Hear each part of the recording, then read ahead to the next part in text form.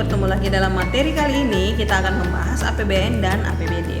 Yang pertama akan kita bahas adalah APBN ya. APBN adalah suatu daftar yang memuat secara rinci tentang sumber-sumber penerimaan dan alokasi pengeluarannya dalam jangka waktu tertentu dalam rangka mencapai sasaran pembangunan dalam kurun waktu 1 tahun.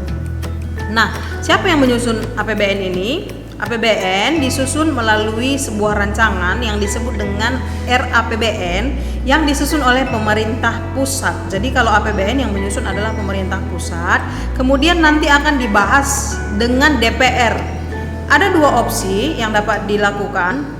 Yang pertama, jika DPR menyetujui RAPBN yang sudah diajukan oleh pemerintah, maka akan disahkan melalui undang-undang menjadi APBN, kemudian untuk dilaksanakan. Jadi pelaksanaannya itu dari mulai Januari sampai Desember. Itu sebabnya RAPBN biasanya disusun di tahun sebelumnya. Contoh, misalnya APBN 2021 itu akan disusun oleh pemerintah di tahun sebelumnya. 2020 sudah disusun dan dibahas, kemudian disahkan. Itu berlangsungnya di tahun sebelumnya untuk dilaksanakan di tahun 2021.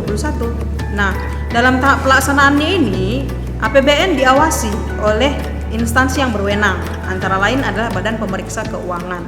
Jadi mulai dari Januari sampai Desember pelaksanaannya itu akan diawasi. Kemudian ketika berakhir masa pelaksanaan APBN itu dari Januari sampai Desember tersebut akan dilakukan tahap pertanggungjawaban pelaksanaan APBN. Jadi pemerintah akan mempertanggungjawabkan kembali APBN yang sudah dilaksanakan, gitu dia. Nah, seterusnya di sini APBN memiliki beberapa fungsi, diantaranya sebagai berikut. Fungsi alokasi, artinya APBN berfungsi mengalokasikan faktor-faktor produksi yang tersedia di dalam masyarakat. Yang kedua, fungsi distribusi, artinya APBN berfungsi untuk pembagian pendapatan nasional yang adil atau pembagian dana ke berbagai sektor.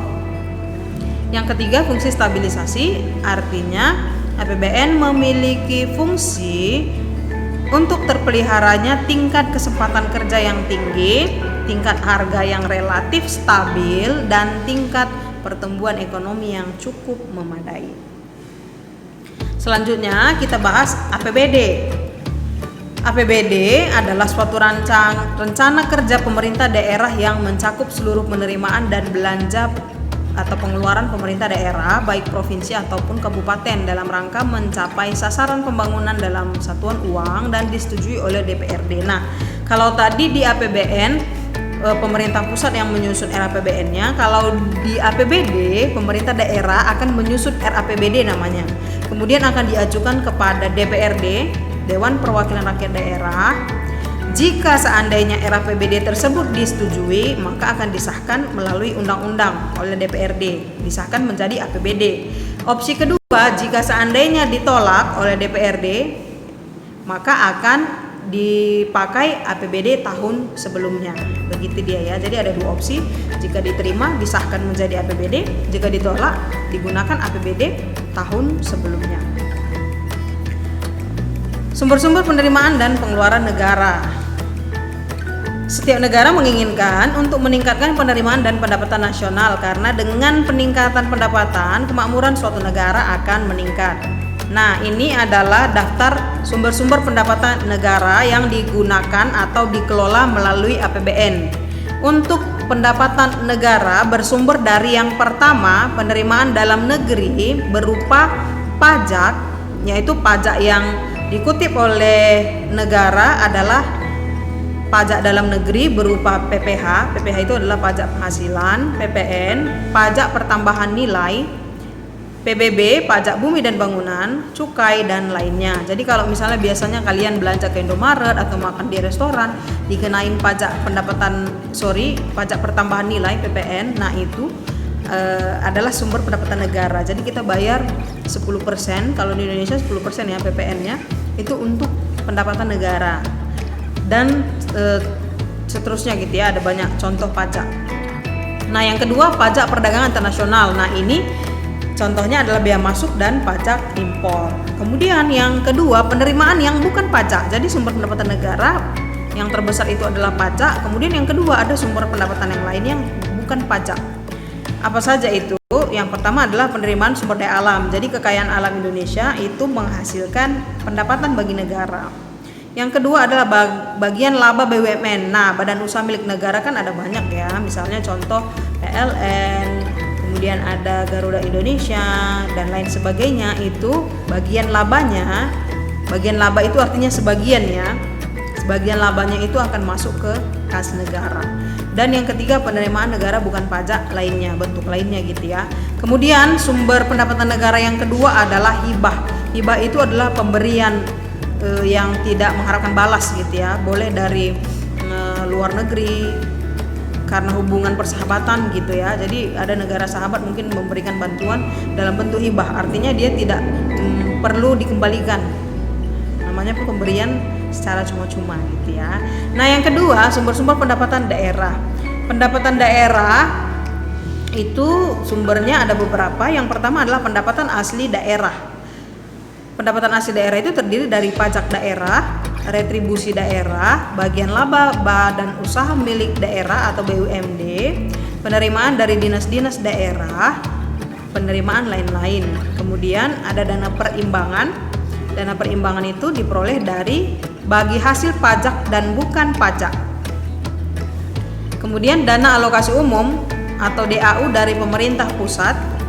Kemudian ada dana alokasi khusus atau DAK. Kemudian ada dana perimbangan dari pinjaman pemerintah daerah dan pinjaman untuk badan usaha milik daerah atau BUMN dan lain-lain pendapatan yang sah. Selanjutnya kita lihat di sini jenis pembelanjaan pemerintah pusat dan daerah. Yang tadi adalah sumber pemasukannya, kemudian yang ini adalah untuk apa uang itu dikelola, digunakan gitu. Untuk membeli apa? Contohnya. Nah, kita lihat di sini. Belanja negara itu terdiri dari belanja pemerintah pusat dan belanja daerah. Untuk belanja pemerintah pusat, yang pertama adalah belanja pegawai. Belanja pegawai ini maksudnya membayar gaji pegawai ya. Kan ada pegawai negeri sipil yang bekerja di pemerintahan, itu sumber pembiayaannya itu dari APBN. Belanja barang, belanja modal, pembayaran bunga utang, subsidi BBM dan non BBM, belanja hibah, bantuan sosial dan belanja lainnya. Kemudian yang kedua itu adalah belanja daerah. Nah, ini tadi yang dibahas di sumber penerimaan daerah, ada dana perimbangan yang terdiri dari dana bagi hasil, dana alokasi umum dan dana alokasi khusus. Nanti disalurkan ke pemerintah daerah gitu ya. Dan yang kedua adalah dana otonomi khusus dan penyesuaian. Jadi pendapatan negara tadi sebagian disalurkan untuk ke pemerintah daerah melalui belanja daerah. Yang berikutnya jenis pembelanjaan pemerintah daerah. Nah, bedanya adalah di sini ya. Yang pertama untuk belanja pemerintah daerah adalah anggaran belanja rutin yang terdiri dari belanja DPRD, belanja kepala daerah, belanja pegawai, belanja barang, belanja pemeliharaan, belanja perjalanan dinas, belanja lain-lain. Kemudian angsuran pinjaman dan bunga, subsidi kepada daerah bawahan. Kemudian pengeluaran yang tidak termasuk bagian lain. Kemudian yang selanjutnya pengeluaran tak terduga. Yang kedua, anggaran belanja pembangunan. Nah, ini untuk proyek-proyek daerah, biaya operasional dan pemeliharaan sarana dan prasarana daerah, dan proyek-proyek pembangunan. Nah, ini semua adalah pos-pos belanja untuk negara dan daerah. Yang berikutnya kita lihat apa pengaruh APBN dan APBD terhadap perekonomian.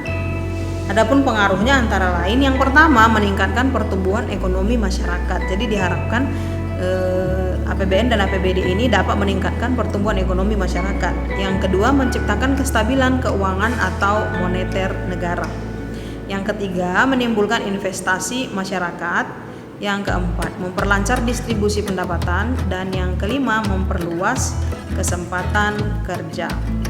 Oke, sampai di sini dulu materi kita hari ini. Semoga kalian dapat memahaminya. Sampai ketemu di materi selanjutnya. Tetap semangat, tetap jaga kesehatan. Bye-bye.